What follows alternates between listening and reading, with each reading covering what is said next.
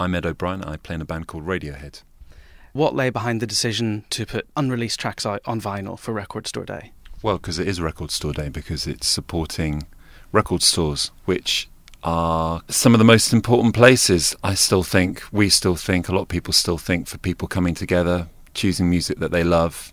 My favourite record store is Rough Trade East, which is around the corner from where I live, and I love it. We have these 2 tracks, Super Collider and The Butcher, and The Butcher's from the King of Lin's session that we didn't put on the album, and Super Collider was recorded during that period, but it was finished off after the album came out. So you've still been in the recording studio then, subsequent to King of Limbs being released? Yeah, to finish off Super Collider, specifically for that, for Record Store Day. Because obviously the rumour that is going around a lot of the fan sites is there are only 8 tracks on that album and that there's more material waiting to come out. Is there any truth to that? Not really, no. I mean, it's the way the album's sequenced best, as far as we were concerned. And also not making it too long. We were aware that, 40, 41 minutes is about the optimum time we feel for a record.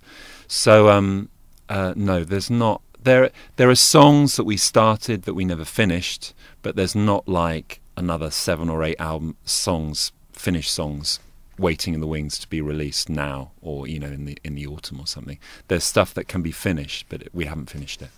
And that's the way you always work, isn't it? There's stuff that carries over. Yes. Yeah, it'd be nice to put a lid on everything and start afresh. I mean, what we tend to do is it's kind of like a sort of an evolutionary thing, that the fittest survive, and what we do when we start a new record, we tend to start afresh. So my name's Colin and I'm in Radiohead. What is it about vinyl and record stores in particular that you like and that the band likes? Well, I used to work in a record store, our price, after we graduated, and in Oxford, we grew up in Oxford, there were like probably about half a dozen record stores at one point within 2 blocks. So Bogart's, Tiger Lilies, 3 branches of our price, Harlequin, Garin the Jazz Record in the Covered Market. So it's always been like a massive part of my life and our lives. And the other side to it is on tour. When you go travel across America, one of the stops you would always make in a town is you'd find out, I'd go off with my brother Johnny, you'd go and find the local record store. There was a great one called Bill's Records in Dallas. And it was like this massive one in a slightly out-of-town place, and it was run by this old guy with all these sort of young assistants. And he very kindly gave me like a Joy Division box set. He just gave it to me, and I got some brilliant hip hop compilation 12s. So it's important in so many ways. And what was the first record you bought in a record shop? Probably it was at Haken and Bell in Abingdon.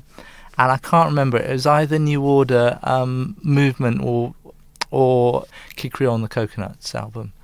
And what was the last?